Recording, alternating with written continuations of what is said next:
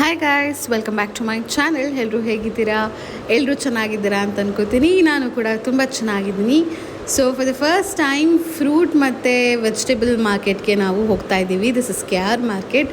So ನೋಡ್ಬೋದು ಎಷ್ಟು ಖುಷಿ ಆಗ್ತಿದೆ ನನಗೆ ಅಂತ. Very excited. ಏನೋ ಸ್ವಲ್ಪ ಕೆಲಸ ಆಯಿತು ಅಂತ ಹಾಗೆ ಹೋಗಿದ್ವಿ. ಸೊ ಆಲ್ಮೋಸ್ಟ್ ಮಾರ್ನಿಂಗ್ ನಾವು 6 o'clock ಹೋಗಿದ್ವಿ ಅನಿಸುತ್ತೆ.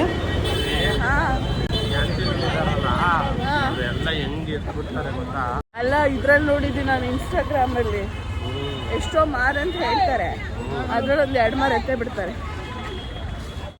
ಸೊ ಹಾಗೆ ವಿಂಡೋ ಶಾಪಿಂಗ್, ಹಾಗೆ ನಾವು ಫ್ರೂಟ್ಸ್ನ ಪರ್ಚೇಸ್ ಮಾಡೋಕ್ಕೆ ಅಂತಲೇ ಹೋಗಿದ್ದಿದ್ದು. ಬಟ್ ಆಮೇಲೆ ಅಂದ್ಕೊಂಡ್ವಿ ಸ್ವಲ್ಪ ವೆಜಿಟೇಬಲ್ಸ್ನು ತೊಗೊಂಡು ಹೋಗ್ಬಿಡೋಣ ಅಂತ. ಬರೀ ಫ್ರೂಟ್ಗೆ 1 ಬ್ಯಾಗ್ ತೊಗೊಂಡು ಬಂದಿದ್ದೀವಿ ಅಷ್ಟೇ. ನಮಗೆ ಐಡಿಯಾನೇ ಇಲ್ಲ ಆ್ಯಕ್ಚುಲಿ. ಇಲ್ಲೆಲ್ಲ ತೊಗೊಳ್ಬೇಕಾದಾಗ ನಮಗೆ ಬ್ಯಾಗು ಅವರೇ ಕೊಡ್ತಾರಲ್ವ, ಆ ಥರ ಕಾನ್ಸೆಪ್ಟಲ್ಲೇ ಹೋಗ್ಬಿಟ್ಟಿದ್ದೀವಿ ನಾವು. ಹಾಗೂ ನಾವು ಎಂಟ್ರೆನ್ಸಲ್ಲೇ ಒಬ್ಬರು ಬ್ಯಾಗ್ ಮಾರ್ಕೊಂಡು ಬಂದರು. ನಾವು ಅವ್ರದ್ದು ತೊಗೊಳ್ಳಿಲ್ಲ. ಬೇಡ, ನಮ್ಮ ಹತ್ರನೇ ಇದೆ ಬಾ ಅಂತ. ನೋಡ್ತಿರ್ಬೋದು ಕರಿಬೇವಿನ ಮಂಡಿ ಅಂದ್ಕೊಂಬಿಡಿ. ಸೊ ಫುಲ್ ಎಲ್ಲ ಕಡೆ ಕರಿಬೇವಿನ ಸೊಪ್ಪುಗಳ ಕಟ್ಟೆ ಕೂತಿತ್ತು. ನನಗೆ ಒಂಥರ ಸರ್ಪ್ರೈಸ್ ಅದನ್ನೆಲ್ಲ ನೋಡೋದಕ್ಕೆ. ಯೂಶ್ವಲಿ ನಮ್ಮ ಡ್ಯಾಡಿಗೆ ಆಗಲಿ ನಮ್ಮ ಅಣ್ಣಂಗೆ ಆಗಲಿ ತುಂಬ ಇದ್ರ ಬಗ್ಗೆ ಐಡಿಯಾ, ಬಿಕಾಸ್ ಅವರು ಅಲ್ಲೇ ಇದ್ದವರಲ್ವ, ಜಾಸ್ತಿ ಓಡಾಡಿಕೊಂಡು. ಸೊ ದಟ್ ಅವ್ರಿಗೆ ಗೊತ್ತಾಗ್ತಿತ್ತು. ಬಟ್ ನನಗೆ ನಾನೆಲ್ಲ ಕರ್ಕೊಂಡೇ ಹೋಗಿಲ್ಲ ಮಾರ್ಕೆಟ್ಗೆ. ಸೊ ಭಾಸ್ಕರ್ನ ಮಧ್ಯೆ ಮಾಡ್ಕೊಂಡು ಆದಮೇಲೆ ನಾನು ಮಾರ್ಕೆಟ್ ಕಡೆ ಅಂತ ಹೋಗಿದ್ದಿದ್ದು. ನಮ್ಮ ಅಪ್ಪ ಮಂಡಿ ಇದ್ದರೂ ಕೂಡ ನಾನು ಮಂಡಿ ಕಡೆ ಒಂದು ದಿವಸನೂ ಹೋಗಿರಲಿಲ್ಲ. ಹೌದು, ಸುಮ್ಮನೆ ಅಲ್ಲಿ ಸೈಡಲ್ಲಿ ನಿಲ್ಲಿಸೋರು, ಅದು ಕಾರೊಳಗೆ ಇರ್ತಿದ್ವಿ.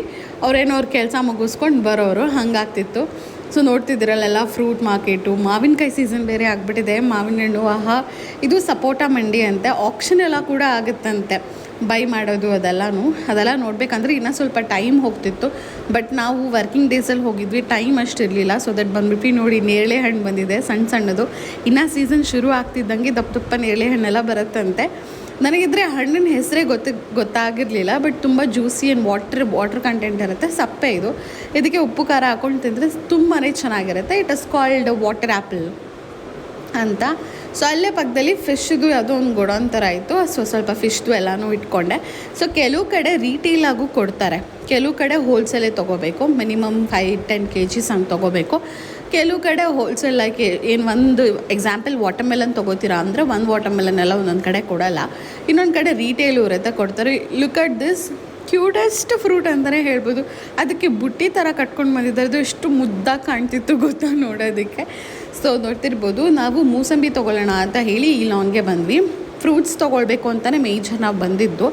ಆ್ಯಪಲ್ಸ್ ಎಲ್ಲ ನಿಮಗೆ ಅರೌಂಡ್ ನಾರ್ಮಲ್ ಶಾಪ್ಸಲ್ಲಿ ಕೇಳಿದ್ರೆ 230-250 ಹಾಗೆ ಹೇಳ್ತಾರೆ. ಬಟ್ ಇಲ್ಲಿ ಚೆನ್ನಾಗೇ ಸಿಕ್ತು ನಮಗೆ. 160 ಅಥವಾ 220 ಹಂಗೆ ತುಂಬ ಚೆನ್ನಾಗಿರೋದೇ ಸಿಕ್ತು. ನಾನೊಂದು ಕಡೆ ಲಿಟ್ರಲಿ ನಿಂತ್ಕೊಂಡ್ಬಿಟ್ಟೆ, ನನಗೆ ಆಗ್ತಾ ಇಲ್ಲಪ್ಪ ರಶಲ್ಲಿ ಅಂತ. ನೀನೇ ಹೋಗಿ ಬಾ ಅಂತ ಪಾಪ ಭಾಸ್ಕರ್ ಹೋಗಿ ಫೈನಲಿ ಎಲ್ಲ ತಂದು ತಗೊಳಕ್ಕಾಗಿಲ್ಲ. ಬಾರ ಅಲ್ವಾ, ನಾವು ಪ್ರಿಪೇರ್ ಆಗಿದ್ದೀರಾ, ಬರೀ ಹಣ್ಣು ಮಾತ್ರ ತೊಗೊಂಡು ಬಂದ್ಬೇಡ ಅಂತ ಅಂದ್ಕೊಂಡ್ವಿ.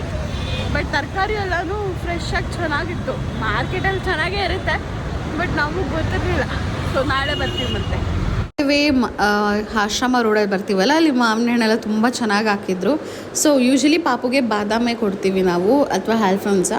ಸರಿ ಬಾದಾಮ್ ತೊಗೊಳ್ಳೋಣ ಅಂತ ಹೇಳಿ ನಾವು ತೊಗೊಳ್ತಾ ಇದ್ವಿ. ಬಿಕಾಸ್ ಇದನ್ನು ನಾವಲ್ಲಿ ನೋಡಲಿಲ್ಲ ಮಾರ್ಕೆಟ್ ಕಡೆ. ಸೊ ಇಲ್ಲಿ ತೊಗೊಳ್ಳೋಣ ಅಂತ ನಿಲ್ಸಿದ್ವಿ. ಚೆನ್ನಾಗಿರೋ ಹಣ್ಣುಗಳೇ ಸಿಕ್ತು ನಮಗೆ. ಹಾಗೆ ಮನೆಗೆ ಬರ್ತಾ ಎಳ್ನೀರನ್ನ ಕುಡ್ಕೊಂಡು ಬರ್ತಾ ಇದ್ದೀವಿ ಇಲ್ಲಿ. ಸೊ ಇದು ಇವತ್ತಿನ ವ್ಲಾಗ್ ಆಗಿತ್ತು guys. Thank you so much for watching.